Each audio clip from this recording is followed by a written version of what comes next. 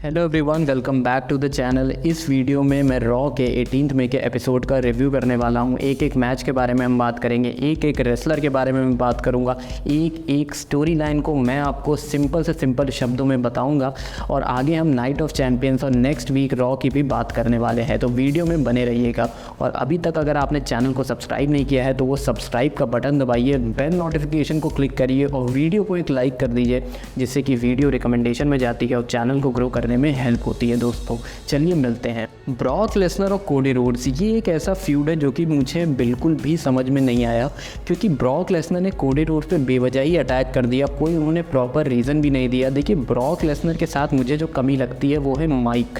वो बोलते नहीं हैं, उनकी एथलेटिसिज्म, उनका जो रिंग पर्सोना है वो तो बहुत एपिक है, लेकिन पॉल हेमन जब तक ब्रॉक लेसनर के साथ थे तब तक ब्रॉक लेसनर की पर्सनैलिटी बहुत उभर के आती थी, क्योंकि ब्रॉक लेसनर लड़ाई करते थे और पॉल हेमन की माइक स्किल्स तो है ही लाजवाब। तो एक इतना अच्छा कॉम्बिनेशन बनता था जिसका कोई जवाब नहीं। लेकिन यहाँ पे मुझे वही चीज़ की कमी खल रही है कि बार बार ब्रॉक लेसनर कोडी रोड्स पे अटैक कर रहे हैं। रेसलमेनिया के बाद वो कई बार कोडी रोड्स पे अटैक कर चुके हैं, बैकलैश मैच भी हो चुका है, लेकिन अभी तक ऑडियंस के मन में ये चीज़ क्लियर नहीं है कि ब्रॉक लेसनर आखिर मार क्यों रहे हैं कोडी रोड्स, तो क्यों ये मैच सेटअप हो रहा है। कोडी रोड्स, जिनको ऑडियंस नई वर्ल्ड हेवीवेट चैंपियन बनते देखना चाहती है, उनको हर जगह आपको बैनर्स दिखेंगे, finish the story, finish the story, क्योंकि कोडी रोड्स से ऑडियंस बहुत ज़्यादा कनेक्ट करती है। लेकिन बार बार ब्रॉक लेसनर आके कोडी रोड्स को अटैक कर देते हैं और फिर एक मैच सेटअप हो जाता है बिना किसी चैंपियनशिप, बिना किसी स्टिपुलेशन के। तो ये थोड़ा सा मुझे तो नहीं समझ में आता। अगर आपको समझ में आता है तो नीचे कमेंट में मुझको बताइए। बेकी लिंच का एक सेगमेंट हुआ था जहाँ पे उन्होंने आके ट्रिश स्ट्रैटस के बारे में कुछ बातें बोली थी, और जब जैसे ही उन्होंने थैंक यू ट्रिश बोला और जैसे ही ट्रिश स्ट्रैटस ने बेकी लिंच की डॉटर को कुछ बोला था, उसने उनको स्टूपिड बोल दिया था, जो कि एक छोटी सी बच्ची है, तो उस पे बेकी लिंच ने उनको एड्रेस किया और उनको काफ़ी टोन और सार्केज़म में कुछ उन्होंने अपनी बातें बोली। और अब नाइट ऑफ चैम्पियंस में Becky Lynch versus Trish Stratus का एक मैच सेटअप हो चुका है और इसी मैच की contract signing next week Raw पे रखी गई है। तो इस कॉन्ट्रैक्ट साइनिंग में हमको थोड़ा सा एक्सप्लोजन देखने को मिल सकता है, हमको थोड़ा सा एक ब्रॉल देखने को मिल सकता है कि इन दो रेसलर्स के बीच में क्या होता है। तो मुझे ऐसा लग रहा था कि जैसे लीटा जो है आउट ऑफ स्टोरी लाइन हो चुकी, वैसे ही ट्रिश स्ट्रैटस भी स्टोरी लाइन के बाहर हो जाएंगी, क्योंकि ये सब पार्ट टाइम रेसलर्स हैं और ये एक लेजेंड हम इनको कहते हैं, वेटरन कहते हैं, हॉल ऑफ फेमर्स कहते हैं। लेकिन अभी भी ट्रिश स्ट्रैटस का एक सेगमेंट चल रहा है रॉ पे और पूरी स्टोरी लाइन में, तो देखना काफ़ी ज़्यादा इंटरेस्टिंग होगा कि ये क्या स्टोरी लाइन बेकी लिंच को पुश करने के लिए है, क्या ये बेकी लिंच को किसी और स्टोरी लाइन में पुश करने के लिए है, कि क्या ऐसा हो रहा है कि ट्रिश स्ट्रैटस का यहाँ पे रोल क्या है। वो तो हमको नाइट ऑफ चैंपियंस में ही पता चलेगा, क्योंकि इस मैच में कोई भी चैंपियनशिप इन्वॉल्व नहीं है, कोई भी स्पेशल स्टिपुलेशन इन्वॉल्व नहीं है। अब मैं आपको वुमेंस के दो सेगमेंट के बारे में बताने वाला हूँ। जैसा कि पिछले वीक हमने देखा था, नटालिया ने डायना ब्रूक्स को आके डिफेंड किया था रिया रिप्ली के अगेंस्ट, जबकि वो मैच जीतने के बाद डायना ब्रूक को असॉल्ट कर रही थी। तो इस बार एक बैकस्टेज मोमेंट हुआ था जहाँ पे रिया रिप्ली नटालिया आमने सामने थे और रिया रिप्ली ने नटालिया को अपने ही सार्कास्टिक टोन में ये बोला कि अब तुमको कोई अटेंशन नहीं देता है नटालिया को, और इस वजह से तुम आगे आ रही हो। तुम डायना ब्रूक्स को बचाने नहीं आई थी, सिर्फ अपने लिए अटेंशन लेने के लिए आई थी। इस पे नटालिया ने ज़्यादा कुछ नहीं बोला और ये सेगमेंट ख़त्म हो गया। बात करें नटालिया की तो वो काफ़ी टाइम से WWE के साथ हैं, वो एक वेटरन रेसलर के तौर पे देखे जाती हैं, एक लेजेंड मानी जाती हैं। तो उन इस स्टोरी लाइन में भी कुछ खास ऐसा है नहीं, ये सिर्फ एक थोड़ा सा हम कहते हैं चीज़ों को स्पाइस अप करने के लिए होता है, या हम ये कह सकते हैं कि रैंडम चीज़ें होती हैं।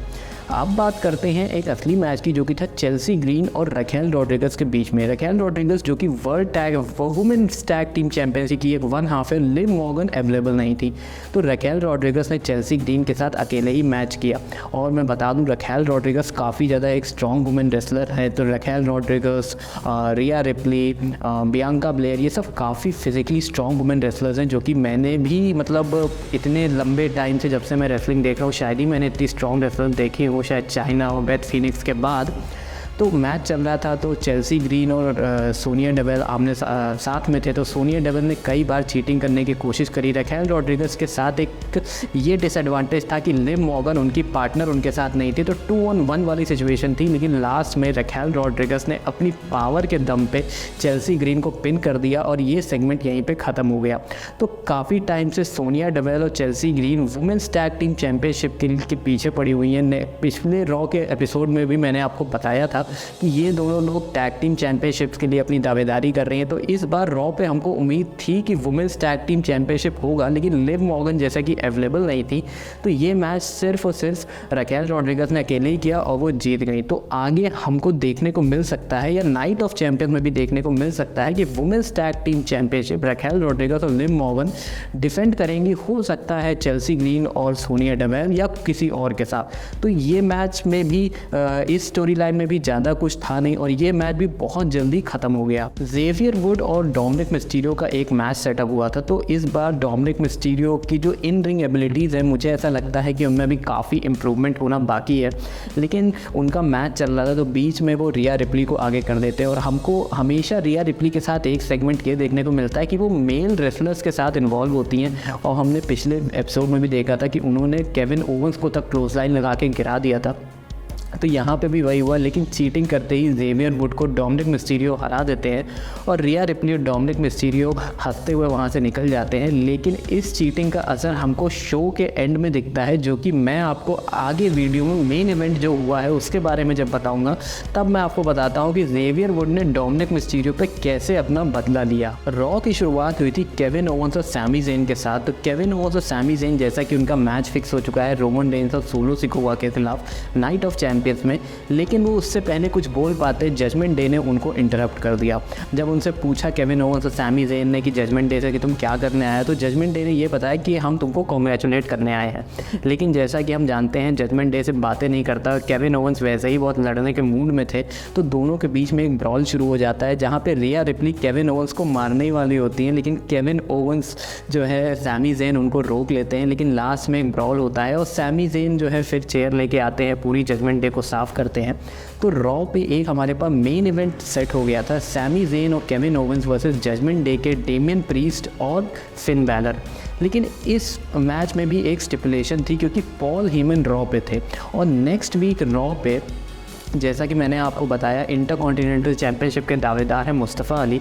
तो रॉ पे नेक्स्ट वीक इंपीरियम के 3 members versus Sami Zayn, Kevin Owens और एक मिस्ट्री पार्टनर का 6 मैन टैग टीम मैच होगा। अब पॉल हेमन भी हैं और उनके चैलेंजर नाइट ऑफ चैंपियन में सैमी ज़ेन और केविन ओवेंस भी हैं। और उन पॉल हेमन ने बैक स्टेज पे इंपीरियम से कुछ बात करी। इंपीरियम से बात करने के बाद जब ये मेन इवेंट का मैच चल रहा था तो पॉल हेमन आते हैं, एंट्री करते हैं और वहाँ आके खड़े हो जाते हैं स्टेज पे। अब सबका ध्यान भटक जाता है, इधर से पॉल हेमन आ जाते हैं और इधर से इंपीरियम के तीनों मेंबर्स आ जाते हैं। सैमी ज़ेन, केविन ओवेंस जो है बीच में लड़ रहे होते हैं डेमियन प्रीस्ट और फिन बैलर से। अब डेमियन प्रीस्ट और फिन बैलर तो चीटिंग करने में माहिर हैं ही, तो इंपीरियम ने भी काफ़ी चीटिंग करी, केविन ओवेंस पे भी उन्होंने अटैक किया और लास्ट में इंपीरियम के गंथर ने सैमी ज़ेन का जो है पैर पकड़ लिया और उतनी देर में फिन बैलर ने आके उनको अपना फिनिशर लगा दिया। फिर ओवर द टॉप रोप आके उन्होंने फिर से अपना फिनिशर लगाया और इस तरीके से सैमी ज़ेन और केविन ओवेंस हार गए। अब पॉल हेमन का यहाँ पे क्या है कि पॉल हेमन ने इंपीरियम से हाथ मिलाया क्योंकि Imperium next week Sami Zayn और केविन ओवेंस के खिलाफ मैच करने वाले हैं और सैमी ज़ेन और केविन ओवेंस का मैच है रोमन रेंस और सोलो सिकोवा के साथ। तो ये पूरी इक्वेशन है। तो ये चीज़ मुझे रॉ पे काफ़ी ज़्यादा अच्छी लगी कि इतनी इन लोग ने स्टोरी लाइन मिक्स कर दी, इतना ज़्यादा चीज़ों को, रेसलर्स को इस तरीके से ये यूज़ करते हैं। यही होता था पहले एटीट्यूड एरा में, उसके बाद इसको एक एग्रेशन एरा जब हम कहते थे, जब जॉन सीना सीएम पंक का एरा आया था एटीट्यूड एरा के बाद। तो जब ऐसे ही स्टोरी लाइन मिक्स होती हैं, रेसलर्स होते हैं, तो मैं इसीलिए पॉल हेमन को बहुत ज़्यादा पसंद करता हूँ क्योंकि वो एक एक्सपीरियंस वेटरन है जिसको कहते हैं प्रॉपर विलन। मुझे उनको देख कर वैसी फील आती है। आपको कभी भी जो आज की रेसलिंग देखते हैं, आप कभी भी रेसलिंग का पोस्टर देखिएगा, कोई भी पोस्टर देखिएगा, उसमें पॉल हेमन का एक्सप्रेशन आपको सबसे अच्छा लगेगा क्योंकि ही इज़ अ प्लेयर। वो सबसे तेज़ है इन सब मामलों में, खासकर विलन के रोल में। पहले तो मैं आपसे किसी और वीडियो में इन सब बारे में बात करूंगा अगर आपको पहले की बातें करनी है, सुननी है। तो बहरहाल पॉल हेमन आते हैं और जैसे ही हारते हैं वो हंस के चले जाते हैं। लेकिन मैंने आपको एक चीज़ नहीं बताई, बीच मैच में क्या हुआ था कि जब सैमी ज़ेन और केविन ओवेंस में, तो रिया रिप्ली और डोमिनिक मिस्टीरियो चीटिंग कर रहे थे, कहीं उनका पैर पकड़ रहे थे, कुछ कर रहे थे, तो रेफरी ने रिया रिप्ली और डोमिनिक को रिंग के बाहर भेज दिया बैक स्टेज पे भेजते ही जैसे ही वो लोग जा रहे थे, जेवियर वुड आके सीधा डोमिनिक मिस्टीरियो पे अटैक करते हैं और उनको मार के पीछे ले जाते हैं। मैंने आपको बताया था वीडियो की शुरुआत में कि जेवियर वुड के साथ डोमिनिक ने चीटिंग करी थी मैच में, तो जेवियर वुड ने अपना बदला लिया है डोमिनिक के साथ। जजमेंट डे का पूरा स्टोरी लाइन चल रही है, पर डोमिनिक कहीं फिट नहीं होती। जब से जो है रे मिस्टीरियो वाला फ्यूड खत्म हुआ है, उसके बाद से डोमिनिक कुछ हल्के से पड़ गए हैं, लेकिन उनके लिए भी कुछ ना कुछ स्टोरी लाइन आगे ज़रूर होगी। इंटरकॉन्टिनेंटल चैंपियनशिप के लिए गंथर को नाइट ऑफ चैंपियंस में कौन फेस करेगा, उसके लिए एक बैटल रॉयल हुआ था जिसका एंड बहुत ही ज़्यादा इंटरेस्टिंग था। ब्रॉन्सन रीड ने रिकोशे को अपने कंधे पे उठा रखा था ओवर द टॉप रोप, और मुस्तफ़ा अली ने ओवर द टॉप रोप ही उन पे एक किक लगा के ये मैच जीत लिया। तो मेरे हिसाब से बहुत ही अनएक्सपेक्टेड विन थी। मुस्तफ़ा अली से शायद किसी ने एक्सपेक्ट नहीं किया था कि वो इंटरकॉन्टिनेंटल चैंपियनशिप के लिए दावेदार बन जाएंगे, लेकिन अब जो है मुस्तफ़ा अली वर्सेस गंथर का एक मैच सेटअप है नाइट ऑफ चैंपियंस में। इसके बाद मुस्तफ़ा अली का एक फ्रेज़ है कि थिंक पॉजिटिवली, तो उस फ्रेज़ को रटते हुए वो बैक स्टेज पे जा रहे थे। वहाँ इंपीरियम से वो मिलते हैं, गंथर से भी मिलते हैं, लेकिन देखना बहुत इंटरेस्टिंग होगा कि ये मैच क्या होता है। क्या ये मुस्तफ़ा अली के लिए कंपनी में एक पुश है? क्या मुस्तफ़ा अली इंटरकॉन्टिनेंटल चैंपियन बन सकते हैं? देखना काफ़ी ज़्यादा इंटरेस्टिंग होगा, क्योंकि मुस्तफ़ा अली को जीतना मैंने भी एक्सपेक्ट नहीं किया था। मुझे लग रहा था तो ब्रॉन्सन रीड जीत सकते हैं, हो सकता है रिकोशे के भी चांसेस थे, लेकिन मुस्तफ़ा अली का जीतना बहुत ही ज़्यादा शॉकिंग था। नेक्स्ट वीक रॉ पे हमारे पास बहुत कुछ सेटअप है। बेकी लिंच और ट्रिश स्ट्रैटस का कॉन्ट्रैक्ट साइनिंग है। ब्रॉक लेसनर और कोडी रोड्स आमने सामने होंगे, और 6 मैन टैग टीम मैच है Imperium versus Kevin Owens, Sami Zayn और उनके एक मिस्ट्री पार्टनर। मुझे यहाँ तक लगता है कि मिस्ट्री पार्टनर मुस्तफ़ा अली होने वाले हैं, क्योंकि Mustafa Ali intercontinental champion Gunther को चैलेंज करने वाले हैं, तो उनके खिलाफ वही आने वाले हैं। तो ये हमारे पास नेक्स्ट वीक का है। और नाइट ऑफ चैंपियंस के लिए कुछ और मैचेस भी फाइनल हो गए हैं, जैसे intercontinental championship, Kevin Owens Sami Zayn का तो वर्ल्ड टैग टीम चैंपियनशिप आप जानते ही हैं। एक और हो गया है Becky lynch versus Trish stratus. तो ये था हमारा पूरा रॉ का एपिसोड। उम्मीद है आपको पसंद आया होगा। मैंने एक एक चीज़ बहुत ही सिंपल शब्दों में बताई है, और ये मेरे अपने पर्सनल व्यूज़ हैं। हो सकता है किसी और के कुछ हो, तो बिल्कुल भी ऑफेंड नहीं होइएगा अगर मैंने आपके फेवरेट रेसलर को कुछ कह दिया हो।